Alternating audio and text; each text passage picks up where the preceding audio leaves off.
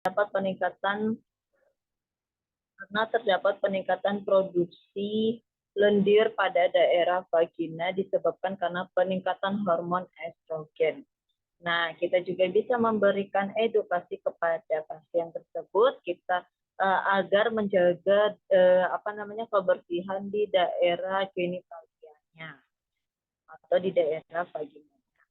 Kemudian di sini ada konstipasi seperti biasa, ibu hamil memang rentan terkena konstipasi. Kita bisa memberikan edukasi kepada ibu hamil terkait nutrisi, serat, dan vitamin serta mineral yang cukup untuk kebutuhan ibu hamil agar menghindari terjadinya konstipasi.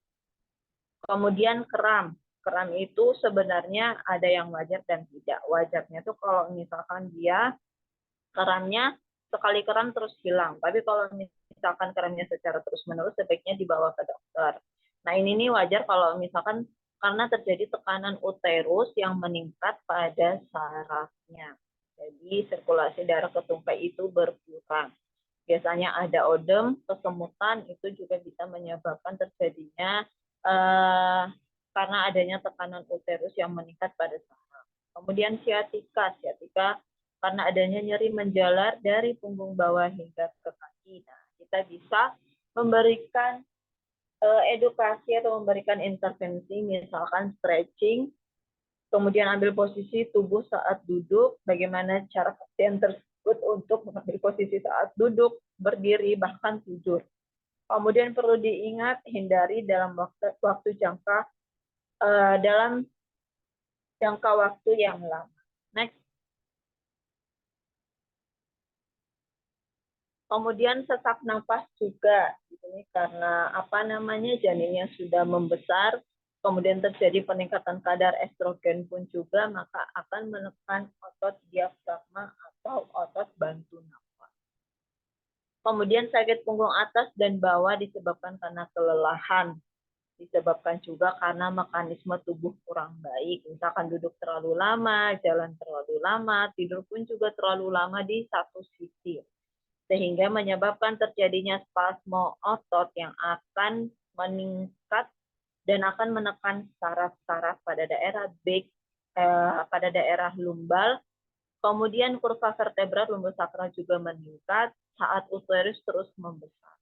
Jadi memang sangatlah banyak keluhan-keluhan pada ibu hamil, yang mana pada manajemen kesehatan fisioterapi pada kesehatan wanita itu kita bisa masuk di dalamnya. Bisa menjadi seorang edukator, konsultasi, kemudian bisa sebagai tenaga pendidik, kemudian praktisi, kemudian dan banyaklah sebagainya. Kemudian untuk perlu diketahui, kalau untuk mengatasi keluhan-keluhan tersebut sebenarnya dilakukan senam hamil. Namun senam hamil dilakukan di saat atau dimulai umur kandungan 20 minggu. Kemudian untuk breathing exercise itu atau pengaturan pola pernapasan itu dilakukan di atas 16 minggu. Karena kalau di bawah 20 minggu atau 16 minggu itu memang di trimester 1 dianjurkan semua ibu hamil untuk membatasi pergerakan atau membatasi mobilisasinya. Karena masih rentan keguguran dan umur bayinya pun juga masih kecil. Lanjut. Oke, manfaat senam hamil teman-teman bisa melihat sendiri. Dimulai dari memperbaiki sirkulasi darah, mencegah diabetes, kemudian memperbaiki suasana hati, mengurangi nyeri pinggang seperti yang saya sebutkan tadi, kemudian tidurnya menjadi pulas, mempersiapkan persalinan. Lanjut.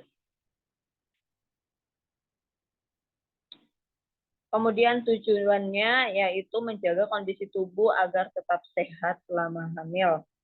Kemudian meningkatkan elastisitas dan kekuatan otot, koreksi postur, dan juga yang paling penting adalah bisa mengurangi keluhan-keluhan selama kehamilan. Lanjut. Oke, di sini ada skenario 1. Next lagi. Ada skenario 2 lagi. Dan skenario 3.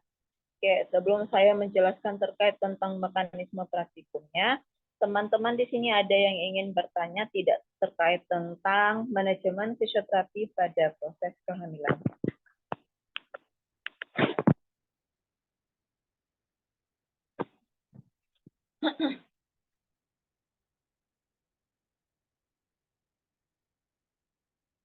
Gimana? Ada yang ingin bertanya?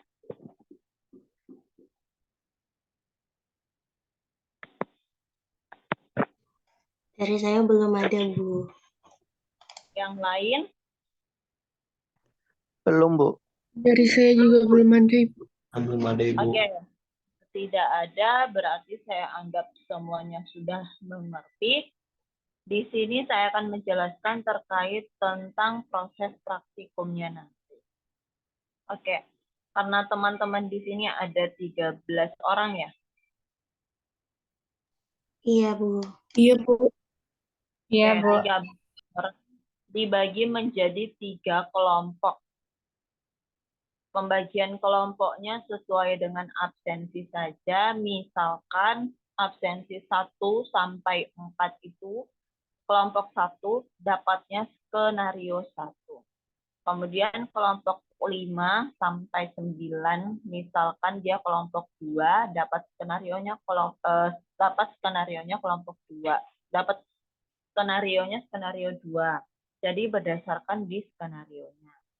Nah, di sini nanti pada saat praktikum silahkan dibuatkan status klinis, kemudian dipresentasikan ke saya pada saat praktikum.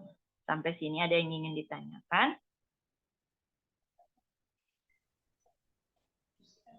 Belum ada, Ibu. Oke, yang lainnya apakah sudah jelas? Nggih, Bu, sudah. Oke, jika sudah jelas dan tidak ada yang ingin bertanya, berarti saya anggap semuanya sudah mengerti dan sampai ketemu di praktikum ke depan.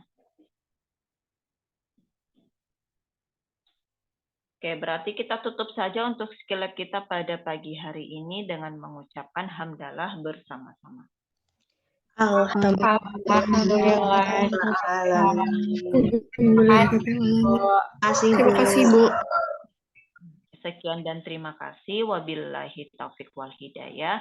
Wassalamualaikum warahmatullahi wabarakatuh. Waalaikumsalam warahmatullahi wabarakatuh. Terima kasih, Bu. Terima kasih, Bu. Izin live Zoom ya. Nggih, Bu.